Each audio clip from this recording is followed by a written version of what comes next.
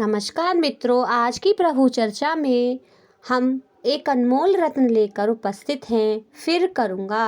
कबीर साहब बाहर घूमने जाया करते थे। एक बूढ़ा खेत में बैठा हुआ मिलता था। एक दिन कबीर साहब ने उससे कहा कि भजन किया कर। वह बोला, छोटे छोटे बच्चे हैं, जवान हो जाएं फिर करूँगा। जब बच्चे जवान हो गए तो कबीर साहब फिर मिले और कहा कि भजन किया कर। वह कहने लगा, इनकी शादियां हो जाएं फिर करूँगा।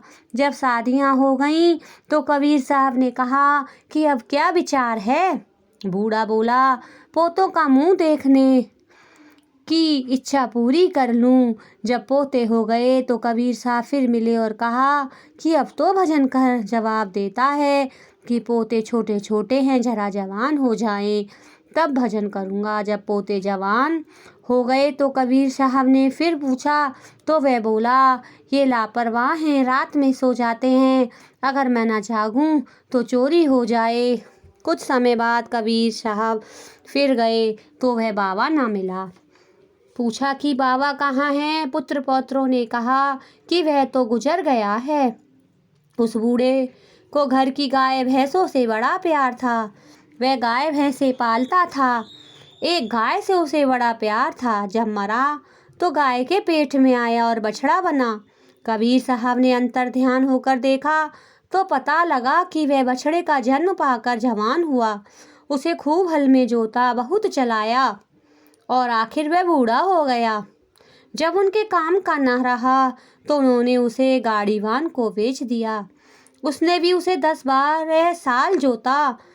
जब वह उसके काम का ना रहा तो उसने उसे तेली के हवाले कर दिया, जिसने उसे कई साल कोल्हू में जोता। जब वहाँ भी निकम्मा हो गया तो उसने कसाई को बेच दिया। कसाई ने क्या किया, मारकर उसका मांस बेच दिया और जो चमड़ा था वे नगाड़े वाले ले गए। उन्होंने उसका नगाड़ा बना लिया। अब उस पर खूब डंडे पड़ने लगे। यह देखकर कबीर साहब ने कहा, बैल बने हल में जुते, ले गाड़ी में दीन, तेली के कोलू रहे, पुनी घेर कसाई लीन, मांस कटा बोटी बिकी, चमड़न मड़ी नक्कार, कछु कुकरम वाकी रहे, तिस पर पड़ती मार। सो बात तो यह है कि मन अंदर नहीं जाने देता।